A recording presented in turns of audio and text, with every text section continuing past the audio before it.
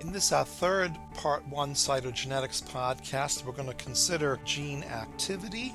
Let me start this podcast by reminding you of the DNA sequence elements that are in eukaryotic chromosomes. So every eukaryotic chromosome has a centromere, which is constitutive heterochromatin, and you know this is where the spindles bind. Every eukaryotic chromosome has telomere sequences, also constitutive heterochromatin, and you remember from your studies of biochemistry, the telomere sequences are necessary for DNA replication to successfully occur near the ends of the chromosomes. And of course, every eukaryotic chromosome has multiple origins of replication. If you look at this cartoon, this would be a G1 chromosome, would represent a chromosome before DNA has replicated, so a single double helix of DNA. Here the chromosome is in S, so you're beginning to see the replication bubbles as DNA replicates. And here would be what the chromosomes would look like in G2, two strands of DNA. Now understand here, this is really chromatin that we're talking about. You can't really identify chromosomes in an interphase nucleus. You only identify the chromosomes in mitosis when the DNA has become highly compacted. If we look quickly at the organization of genes on a human chromosome, this is a diagram of human chromosome 22. It's a relatively small chromosome. As suggested in the cartoon, it's only about 1.5% of the entire human genome. This region here is labeled by the artist heterochromatin.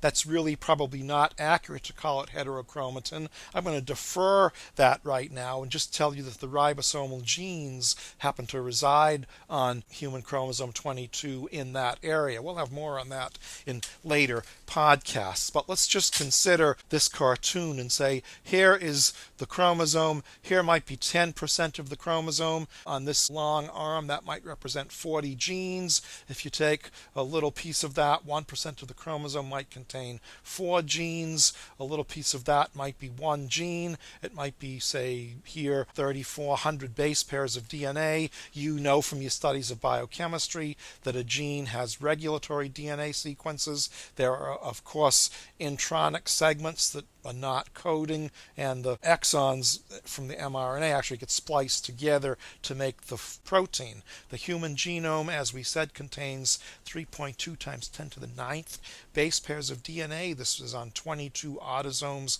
plus 2 sex chromosomes. And of course, human somatic cells have twice this amount of DNA. Now, think about it. Humans differ from each other on average by about 1 base pair per every 1,000 base pairs of DNA. If you look at one of our closest primate relatives, humans differ from chimpanzees on average 1 base pair per every 100 base pairs of DNA. This is not a surprise to you as far as the fact that different human genes can be different sizes. So for example, the beta globin gene is a relatively small gene, only 1,500 base pairs of DNA. It codes for a messenger RNA of about 600 base pairs. There are 2 introns in that messenger RNA. Here's the LDL receptor gene that you've talked about in histology and in probably biochemistry. The gene size, 45,000 base pairs, codes for an mRNA that's 5,500 bases, 17 introns. Look at the dystrophin gene, 2,400,000 base pairs of DNA, a messenger RNA of something like 17,000 bases. There's at least 79 introns in that messenger RNA. So the sizes of human genes can vary quite a bit.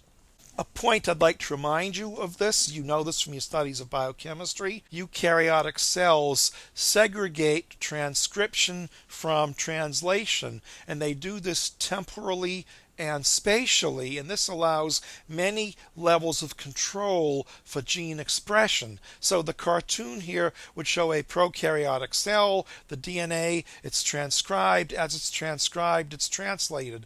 Clearly, in the eukaryotic cell, this is much different because the DNA is obviously replicated in the nucleus. It's transcribed in the nucleus. The RNA is going to be processed. Introns are going to be removed. There'll be poly A tails added, and then that primary transcript has to be exported to the cytoplasm where it will be translated into a protein.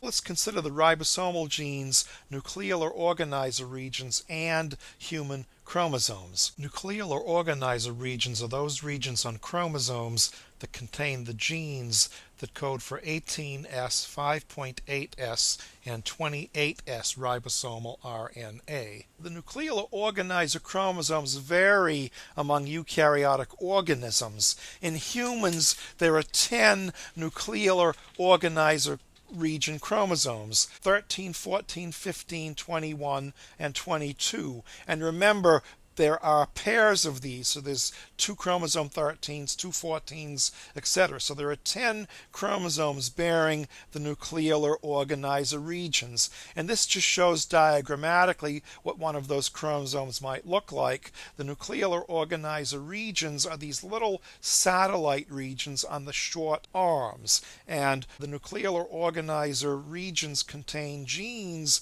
that code for 18S, 5.8S, and 28S ribosomal RNA. And within an interphase nucleus, all of those nucleolar organizer regions associate with each other in the nucleolus. Now, you may also recall that there's another species of ribosomal RNA, 5S ribosomal RNA, and in humans, that's found on the long arm of chromosome number 1. Here's something I'd like you to appreciate.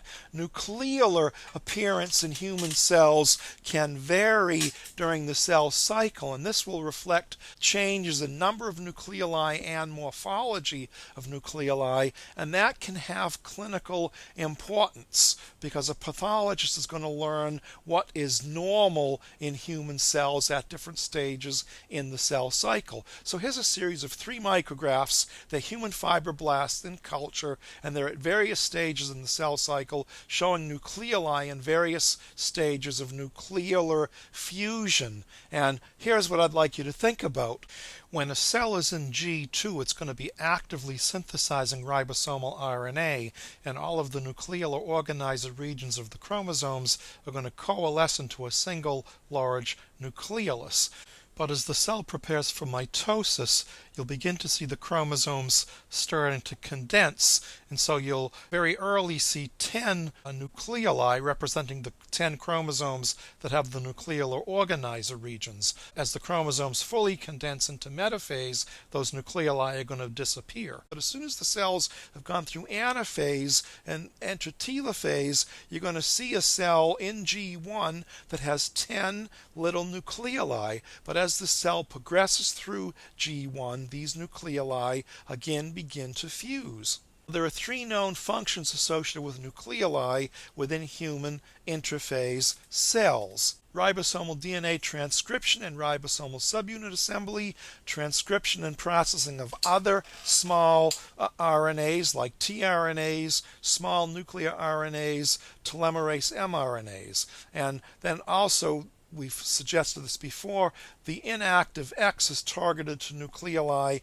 and that's to help maintain gene silencing. You may remember this from your studies of biochemistry. There are chemical modifications and processing of precursor ribosomal RNA molecules. Essentially, a ribosomal RNA molecule, the initial primary transcript is one large ribosomal RNA. That's broken down by chemical cleavage into smaller molecules. So you can see the 45S ribosomal RNA precursor. Chemical modifications to those nucleotides occur, and this is cleaved into a 18S ribosomal RNA, which will be incorporated into the small ribosomal subunit, and it's then also cleaved into the 5.8S and 28S ribosomal RNA. And those 2 species, along with the 5S ribosomal RNA that comes from chromosome 1 in humans, will be incorporated into the large ribosomal subunit. This is an electron micrograph of an interphase nucleus. It happens to be from an amphibian, but it's basically showing these ribosomal gene sequences. These have the same appearance in all eukaryotic organisms. They're essentially tandem repeats of the ribosomal genes, and this just shows it at a little bit higher magnification. So we can say that the nucleolus is a ribosome factory during interphase. Ribosomal subunits, as you know, are assembled in the nucleolus at nucleolar sites, and they become functional as they are exported through pores in the nuclear envelope. Here it's highlighting that proteins that are involved in the processing of ribosomal RNA have to be synthesized in the cytoplasm and transported into the nucleus through pores in the nuclear envelope. The ribosomal proteins themselves are also made in the cytoplasm. Those also have to be transported into the nucleus through the nucleopores, and the small and large subunits are assembled in the nucleus at the nucleolus. Remember, the small ribosomal subunit, the so-called 40S subunit, consists of 18S ribosomal RNA plus a variety of protein species. The large ribosomal subunit, the so-called 60S subunit, consists of the 3 ribosomal RNA species, 5.8S, 28S, and 5S ribosomal RNA, and again, a variety of protein species. These ribosomal subunits are assembled in the nucleus at the nucleolus. They are transported as immature subunits back into the cytoplasm through the nucleopores, and they assemble into mature ribosomes as they translate a messenger RNA. Telomerase protein subunits are synthesized in the cytosol. They have to be transported across the nuclear envelope, where the subunits will assemble together in the nucleolus to make a functional telomerase protein. Not shown on this cartoon, but the inactive X chromosome and gene silencing may also occur in association with the nucleolus. Nucleoli are only one of several types of intranuclear processing structures where transcription and recycling of small nuclear RNAs may occur. So here we show a cartoon. We show the nucleolus, we show pores in the nuclear envelope, and you can see material that can pass through those pores. So we talk about these as chromosomal territories. These may be some of those electron-dense regions that were highlighted on electron micrographs. We also talk about structures that are called Cajal bodies and gems. These are structures that reside in the nucleus, near the nucleolus, and near some of these chromosomal territories. And it's thought that these structures may serve as recycling centers for small nuclear ribonucleoprotein particles. We believe that transcription sites are located on these perinucleolar chromosomal territories. And this just shows you the electron micrograph. So we had these electron-dense materials here, and here are these electron-dense materials near the nuclear envelope. And this is a series of fluorescent micrographs in human cells showing a small nucleolar ribonucleoprotein, showing a small nuclear ribonucleoprotein, bulk chromatin just fluorescing back, and then some of these Cajal bodies, which are thought to be mRNA splice sites. It's not so critical that you remember this for our course, but I just want to point this out. Fibrillin is associated with nucleoli and Cajal bodies. Fibrillin plays a role in processing ribosomal RNA. Coilin is associated with Cajal bodies, and this plays a role in splicing of mRNAs. So here are these individual fluorescence micrographs, and here they're put together, superimposed on each other, and you see this structure that has a lot of these various macromolecular molecules coming together, and it's kind of reminiscent of what this might look like at the electron microscopic level. So here we're showing an example of human chromosome 11. The short arm contains numerous genes that are involved in cell surface recognition. Here is this portion of chromosome 11 stained with a fluorescent stain. Here is one of the copies here. Here is one of the copies here. The genes appear to change position in the nucleus when they're turned on.